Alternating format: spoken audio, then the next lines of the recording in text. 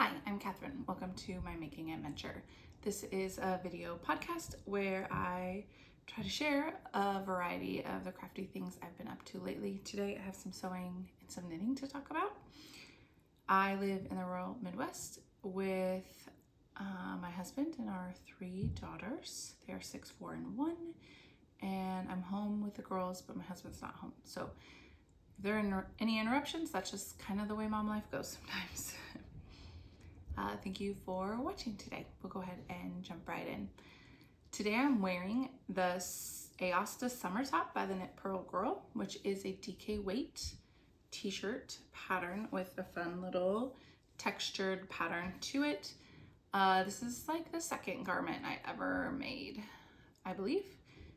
And yeah, I did add elastic to the neckband because it was stretched out a lot. That's probably because I used Hobby Lobby Yarn Bee Bambootiful to make this, and so that doesn't hold its shape as well. Also, this is one of those, I think I did a tubular cast on, and then you knit the collar and then you knit the yoke. If I were to knit it again, I'd probably just knit the yoke and come back up and pick up the collar. I prefer that for the structure of a sweater, and I did really enjoy knitting this pattern. Just having a little bit more than just plain stockinette all the time, and it was really easy to read my knitting and see like how it was going. I don't think I have anything else to say on it. When it stretched out before I added the elastic, it ended up like also being way too long, but when I used the elastic to pull it back in, I like the fit of it better. I don't find a DK weight t-shirt to be like super practical for me, even in the summer. So I don't wear it a ton. I like the feel of a fingering weight garment better, even if it's a fingering weight wool, like superwash wool, feels cooler to me than this. Today I don't have any finished objects, I just have works in progress to share with you, and I'm going to start with showing my Sophorine tee, which is a free pattern by Audrey Borrego, and I'm knitting this as part of Kirsty Knits and Sews tea knit along, although I don't think I've shared it on her Ravelry group for that at all, but that was my inspiration. I am using Borrego Rosalinda as the main color, and I am very little of that left in this yarn cozy. And then my second color, what's going on here, is Pearls and Pine from Bemidji, Minnesota, Coffee House yarn. I don't think that she dyes this exact color right now, but because of the like marliness of the pink and the cream and the brown and the cream, somebody mentioned, I have hair ties in here from my children. Somebody mentioned to me that it looks like Neapolitan ice cream. So we're going with that. This is my Neapolitan tee. And this is where I'm at. It is a V-neck, and it can be a tee or a tank. And that will sort of depend on yarn for me. So here's where I am. I'm knitting this on US 3 needles, which I think is what the pattern calls for. A 3.25 millimeter needle. And I didn't start the striping till after I was connected in the round, and I've just barely finished 3 of the stripes. So I'm several inches into the body.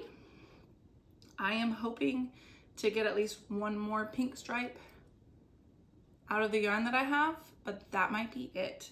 The pink stripe, I measured one of them and it's 10 rounds, and it took more than 10 grams of yarn. I'll just say that. So as long as my scale was working right. So yeah, I'm hoping to finish up, well, to at least get 1 more of those stripes out of it.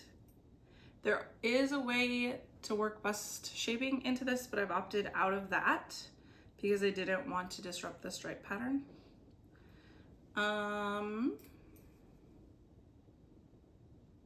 I'm kind of debating whether or not I should pick up and knit the neckline so that I have a better idea of like yarn management for yarn management purposes. I am planning on doing it in the brown color, which I have plenty of right now. But I might do that before I do another brown stripe, just because if I do run out of the pink yarn, I'm just gonna finish the rest of it in the brown yarn, and I don't want to have to like pause and come back. I think this pattern is, in the original pattern, is kind of cropped. I don't plan to knit it super cropped at all. We're about to be interrupted. Okay, so yeah, that is the plan, and I'm just kind of focused on other things right now, although I did hope to get done with that, kind of have a plan for the yarn. I don't like putting something away without having a plan for it. It makes it a lot harder to pull it back out. So I was hoping to kind of finish up that pink yarn and have a plan for finishing the tee or tank. Although I haven't knit on it, I think, for at least a week, maybe longer. Like maybe I only spent one of the last 3 weeks working on this, and I'm not sure how far I was last time I showed it. I'm not sure if I was in the round or not yet. I think I was, but I'm not sure. So there's that. The next project I'm gonna share is the Quilt Star Shawl Mystery Knit Along. We're currently working, that pattern is by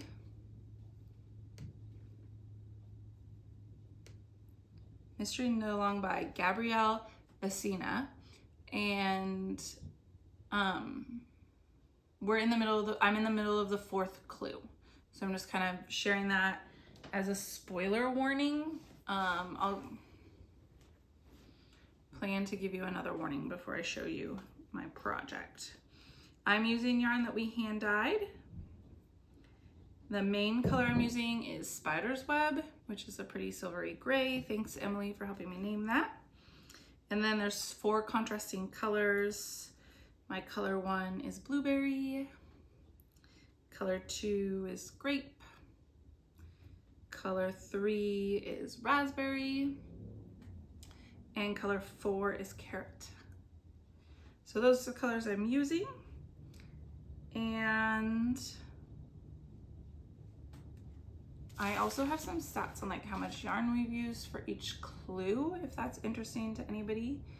Clue 1 used a total of 18 grams of yarn. I think I shared that last time. Clue 2 used 30 grams of yarn, and Clue 3 used 46 grams of yarn. And I'm pretty sure Clue 4 is going to use yet more yarn. I just feel like it's gonna be more knitting. I haven't finished it, so I can't say for sure. But so far I've used over half of the main skein, which, I mean, there's only 2 clues left. Half of the main skein, and then the contrasting colors you're supposed to have, I think 30-ish grams of each. And I haven't done any data for Clue 4, but Clue 1, 2, and 3 used about 10 grams. 10 grams of each of the minis. So I know that I'm using more still in Clue 4, and I'll have those numbers for you next time. All right, so here's your warning. I'm gonna show my shawl. I am knitting this on US 4 3.5 millimeter needles, which is a much looser gauge than the pattern calls for. And it's fingering weight yarn, and I'm partway through Clue 4. Clue 5 comes out on Wednesday, and today is Saturday, so I still have Sunday, Monday, Tuesday to get caught up. This is my primary knitting focus until I finish each clue each week. All right. See if I got it the right way. Ta-da! So this quilt star part, this main quilt star is done, and this add-on was part of Clue 3 here. And then we did this similar mirrored part as part of Clue 4. and I still have to do the second part of Clue 4, which is probably, I think the designer said, like kind of the most complicated part. I'm really anxious about doing it. I'm participating along with Shauna and Neil on the Mystery Knit Along. They have a Telegram group, and only one person in the Telegram group has finished Clue 4, and she said that she like followed the schematic rather than the pattern. So I'm a little bit nervous about that. Another issue is that there are just a lot of ends, and the designer, you know, recommends not weaving them in until you've kind of like closed up. So because I picked up stitches here, I can weave in some ends back there and here, but all these that are loose on the top, I probably shouldn't weave in yet. And they just get in my way. They just get in my way. So another little hiccup is that my next project is using the same needle size, and these bigger clues, like initially I was using DPNs, but these bigger clues now require my interchangeable set.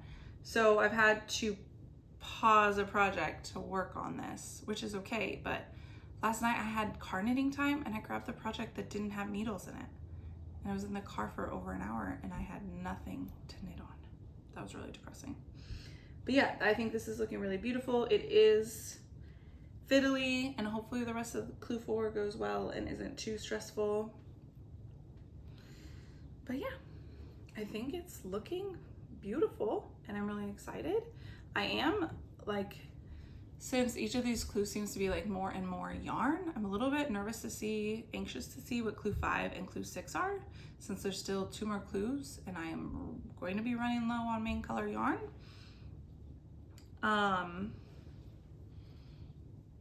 But yeah, I just finished this last part here before filming,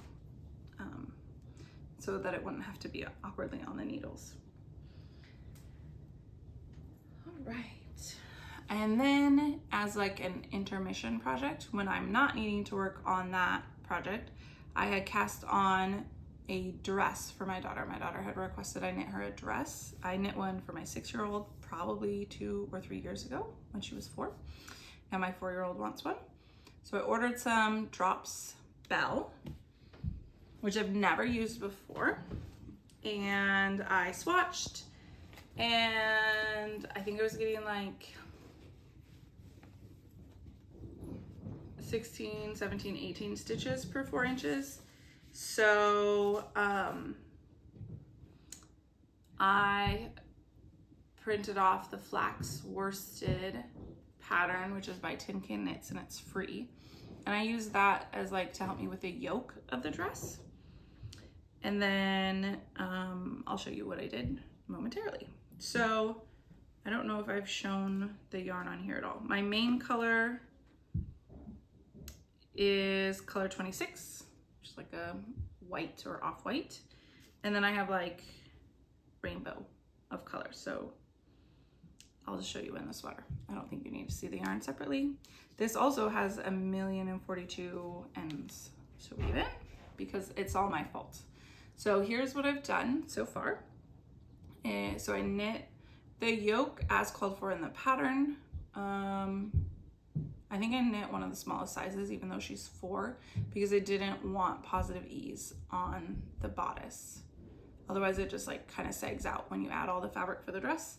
I made it short sleeves, and then I bound off pretty early. So like for a dress, you want the skirt to start kind of at your waist, the smallest part of your waist, not at your hips. So I bound off right after the purple, and then I cast on and did an increase round, and I'm gonna keep striping the skirt.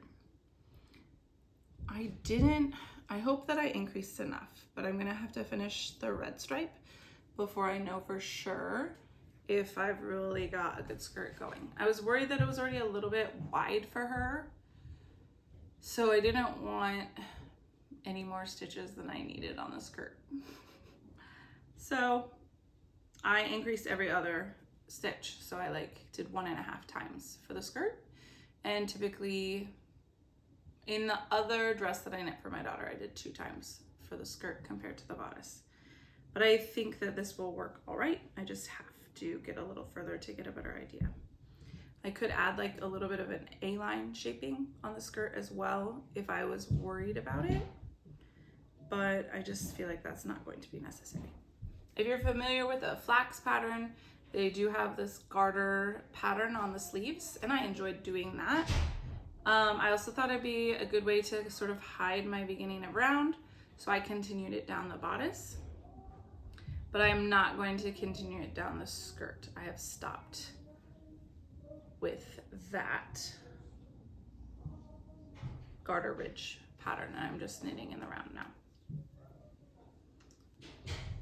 So this is really fun and super fast, other than weaving in ends. The ends are even, because drop spell is like 50% cotton, 30% viscose, 15% linen. Okay, 53% cotton, 33% viscose, and 14% linen. Weaving in the ends is a little bit harder. And I've seen it recommended that you like split the strand and weave in one end and weave in the other next to it and like kind of tie them together.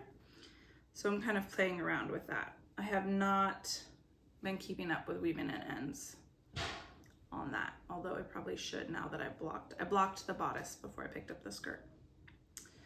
But when I finished the bodice and it was bound off, my daughter wore it around for like half a day just over her clothes because she loved it so much. So I would love to be working on this again, but I do think that it probably just needs to sit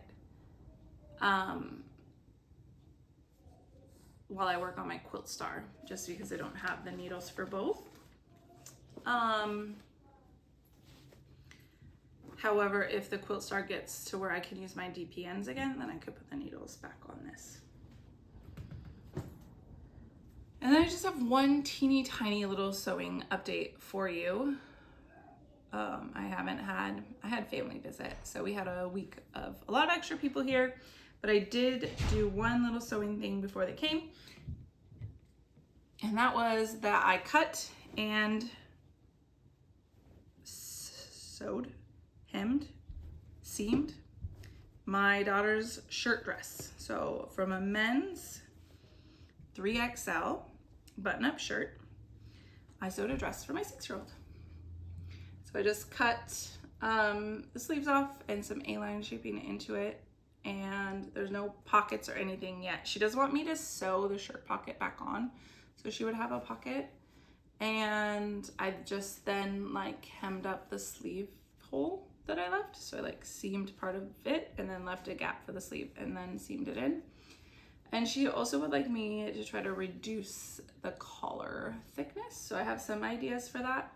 However, right now our biggest issue is like that this gap is too big for her arms when she's wearing it, but it's still kind of difficult for her to get it on and off, even though it buttons and unbuttons. So I think I might put in a snap so that would be easy and quick, and then it could be unsnapped for getting on and off, but snapped up when she's wearing it so that it doesn't like have really deep armholes. The length is great, although she does wish it had a ruffle, and right now it doesn't. So I may cut it off and add like a ruffle with the sleeve fabric if I find that I have enough for that. But first, the collar and the armpits and a pocket. I also plan to sew up part of the button band so that it doesn't like open in the skirt section of the dress. But I wasn't able to do that on my machine. I would have to do that by hand, and I just haven't yet. So that is my sewing project. She wore it, I think, 2 times and really enjoyed it. So I probably should put in the snaps so that she can wear it again. But I might see if any of you guys have suggestions on that before I do that. Just putting in snaps, you can't undo. But I think it's a good idea. It was my mom's idea. I think that's all that I've been working on. I feel like I've been working hard on all my projects, and I'm excited to continue working on them. I also plan to do a bunch of sewing this coming weekend. It's the 4th of July, and so I have a day off, and hopefully I'll be able to do some sewing over that like extended weekend holiday. So I have some things coming up that I'd like to have sewn items for. There's a, like, I think I've heard it called a maker's market or something, maker's meetup, that I'm going to be attending in July, where I have to bring like 15 of one item and then exchange it with the other attendees, and then everybody brings something, and so we go home with like a bunch of different items from everybody, but we only have to bring one type of thing. So I'm going to bring zipper pouches, but I need to make up a bunch more of those, and so I need to get working on that. So yeah, that's all I have right now. Thanks for watching. Stay tuned for updates on those projects. It's almost July, so in July I am planning on working on my baby's stocking that I cast on for 12 cast-ons. I think that's the last lingering project. And as well as making some more, I hope to get to it in July, but really, as I think about these projects, it may be August. Some more of those amigurumi cats that I made this spring. So I'd like to have 3 more done before school starts in August here, mid-August, late August. Yeah, I'm also staying busy because I've agreed to help lead part of our homeschool group this coming year. So I'm kind of figuring out what that looks like and doing some training for that. So yeah, I hope you're enjoying your summer. God bless. Bye.